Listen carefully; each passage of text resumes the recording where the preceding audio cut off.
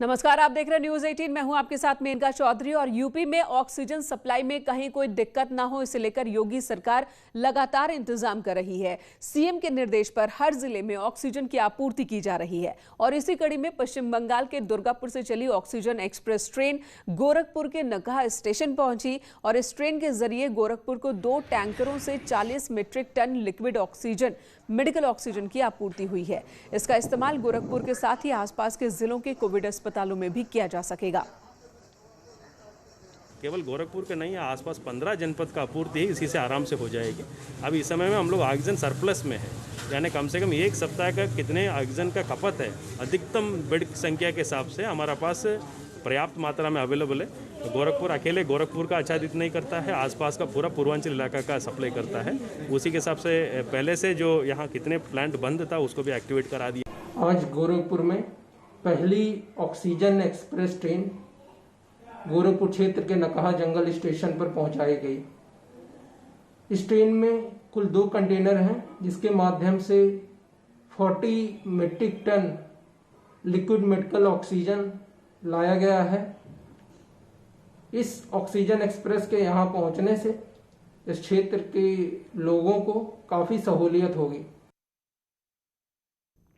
मेरठ के गांव में भी महामारी पैर पसार चुकी है और इस बीच मेरठ के एक गांव ने कोरोना की चेन को तोड़ने के लिए अनोखा तरीका निकाला है। अगर बिना मास्क पहने इस गांव में कोई भी घूमता हुआ दिखा तो जुर्माना तय है।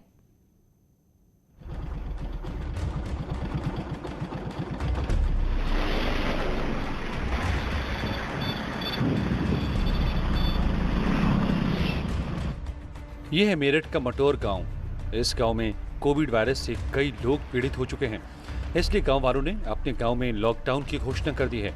अगर बिना मास्क और सैनिटाइजर के इस गांव में कोई गया तो 2000 रुपये जुर्माना तय है। दरअसल इस गांव में पिछले 2 हफ्तों में कई लोगों की मौत हो चुकी है और कई लोग कोरोना से पीड़ित हैं। इसलिए बाहर से आने वाले लोगों के लिए गाँव के लोगों ने चेतावनी की बोर्ड लगा दी है। कोविड बहुत ज्यादा फैल रहा है हमारे गाँव, इस वजह से बहुत ज्यादा मौतें भी हो रही। कोई बाहर से आएगा या तो हमारे से बीमारी ले जाएगा या वो यहाँ छोड़ देगा। अब तक कितने मौतें यहाँ पे हो चुकी हैं? कितने पेशेंट? लगभग 16-17 मौतें 5-7 दिनों में। अब कितने पेशेंट अभी निकल रहे हैं लगातार? पेशेंट तो हर तीसरे चौथे घर में है।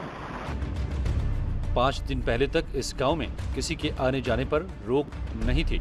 सब्जी और ठेले वाले भी बिना रोक टोक के गांव में आते जाते थे, लेकिन अब उन लोगों के लिए इस गांव में पूरी तरह से लॉकडाउन है। गांव के प्रधान ने सभी रास्तों पर चेतावनी के बोर्ड लगवा दिए हैं, जिसमें 2000 रुपये जुर्माने का प्रावधान है।